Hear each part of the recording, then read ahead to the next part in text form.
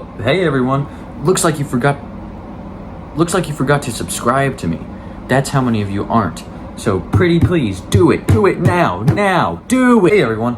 It's Zoombini back again, and I was just thinking about making more creative videos so that people would subscribe and watch my channel.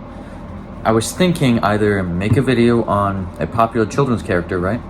Wearing a hat or becoming racist. I'm willing to hear some of you out. Everyone knows this blue hunk of steel, right? Thomas the Train to some, nightmare fuel to others. All in all, he's a pretty recognizable character. It started in 1945 when the first book about the talking locomotive was published, and it didn't even have fucking Thomas in it. Yeah, the first book in the series that inspired the TV show didn't have Thomas in it. It also didn't mention the horrors of World War II that just happened, so I guess it's alright. These stories would come from the mind of the Reverend Wilbert W. Awdry. He would come up with these stories while his son Christopher was sick with the measles. But anyways, the Railway series, as it would become known, would run for 66 years and have the stories written exclusively by Wilbert Awdry and his son Christopher. Yeah, that's right. The Railway series ran well into the show's lifetime. 2011. You learn something new every day. Oh yeah, and if you guys didn't know, a whole ass ton of characters would be introduced during this 66-year time span, including in the television series. God, I'm not even gonna count them because there are too many. It's really, oh my god, just don't even try to look it up. These books are what jump-started the Thomas franchise, and honestly, they're not bad children's stories at all. They were written with the intent to not just to pander to children listening to the stories, but also to the poor fucking soul who had to read them over and over and over again. Also, fun fact, Jimmy Carter was a fan of Thomas, so there goes your fact for the day. After the books had been running for nigh on 10 years, the British Broadcasting Corporation, BBC, don't laugh, came to Wilbert Awdry wanting to adapt 2 of his stories into a live TV broadcast using train models. They did have to hash a few things out, but eventually they got the thing rolling, and the first episode aired on June 14th, 1953. The episode being The Sad Story of Henry. It was a disaster.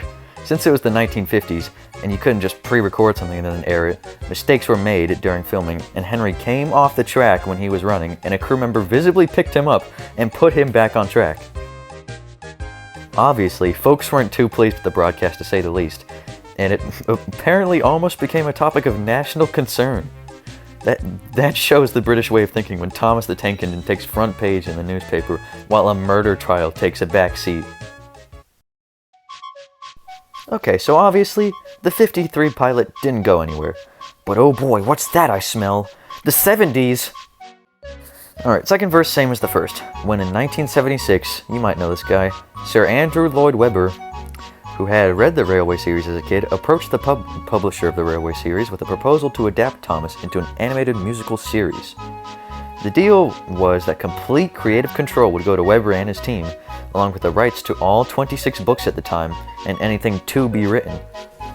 Awdry obviously wasn't a fan of that, but Webber justified it by saying it was essential to cornering the American market. Awdry then replied, once the Americans get a hold of it, the whole thing will be vulgarized and ruined. He could not have been more right. Anyways, after some squirming about for about a year or so, the pilot episode was done with production, and it was ready to be aired worldwide. Sad thing is, the production company decided that Thomas just didn't have that much of an appeal outside of the UK to be aired. So it was scrapped, and its likeness, except for a few photos of it, have never been seen again.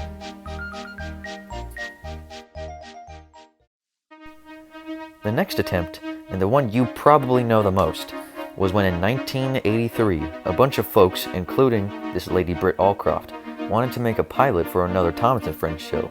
Only this time they were using models just like in 53. Of course, in the span of 30 years, TV programming and production had evolved and live broadcasting was no longer necessary for shows, which allowed the production team to make mistakes and just, shoot another scene. The pilot was based on the story Down the Mine and featured only a few characters including Thomas, Gordon, Thomas's coaches Annie and Clarabelle, and Sir Topham Hatt. Literally shit all is known about the 83 pilot except for one little snippet of footage which was reused in the actual episode, which is right here. Yeah, that's it. And a picture of what Gordon used to look like. After test screening the pilot in April 1983, The show was picked up and Miss Britt Allcroft and her team started work on Thomas and Friends.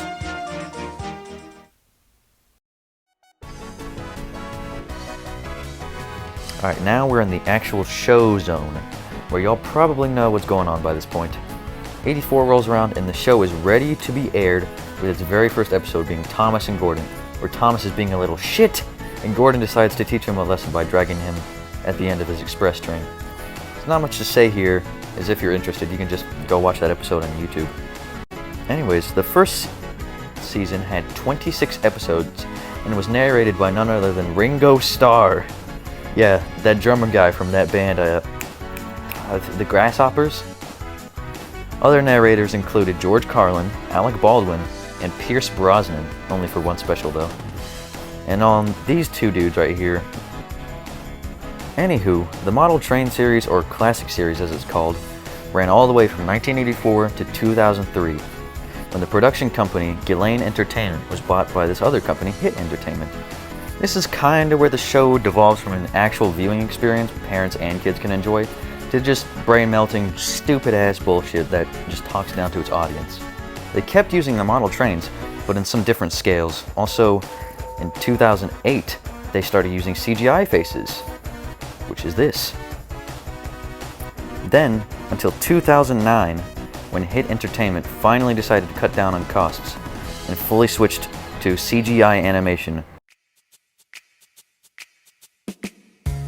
Oh no, folks. We're getting into the bad times, where even little me, who was a big old Thomas fan, didn't even want to watch the show on TV. From 2010 to 2012, this shit got mad stupid, bro. Why the fuck are they carrying a balloon around? Yeah, to say the least, ain't nobody wanted to watch this crap. And then, in 2012, Mattel, yeah, Barbie and Hot Wheels Mattel, bought Hit Entertainment, pretty much only for the Thomas and Friends brand. For this amount of money, oh my god, shit! Now, after that fact, around 2013, the animation started to look better. The episodes were actually written with other people in mind besides little baby children. And from 2013 to 2017, it actually became tolerable. The stories actually made sense, and the animation didn't look like some fucking 90s knockoff of RuneScape from Walmart.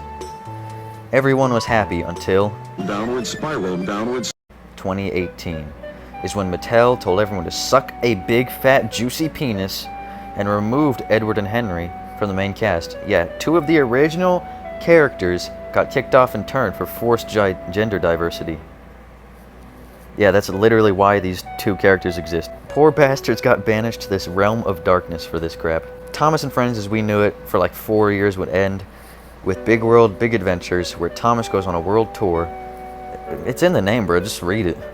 Thomas was bouncing all over the track and hopping from one track to another, and just acting like another one of the brain-melting, brain-numbing shows that you'd find cram into the 5-second memory of a 3-year-old in modern times.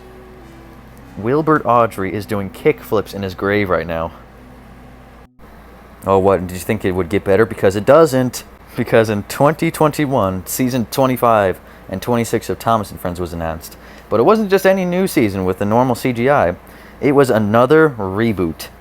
Before you thought it could get any worse, here you are. 2 front teeth, baby-ass Thomas, and oh my god, trains don't do that. Please, stop it. Yeah, they fucked my boy up bad, and I still hate him for how they massacred this dude. Even just looking at this new Thomas reminds me of the Haitian voodoo rattle torture. The new show is set to run for 101 11-minute long episodes and 2-hour-long feature specials. What? Why? So, folks, that's where the story of Thomas the Tank Engine ends for now. The brainchild of a religious man telling fun stories to his son who was sick ends with this. I wanted to finish out this video with a message. Even though Thomas turned into this just another normal kids show you'd see on just Nick Jr., some dumb crap like that, it still holds a special place in my heart. I just wanted to explain why I still care about Thomas the Tank Engine, even though I'm in 10th grade and I'm 15 years old. The real world's catching up with me, and there's nothing I can do to stop it. So why do I still like this children's show? And why does it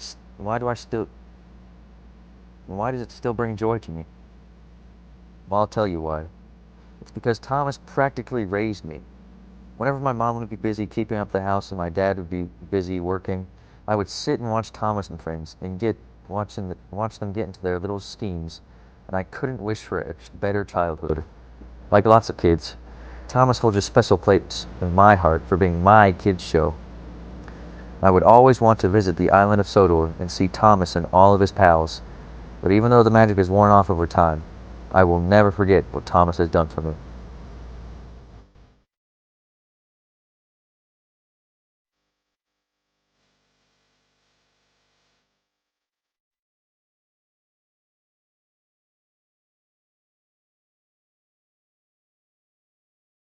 You know, even as the years go by, I can't help but love this little man, you know? I love you too.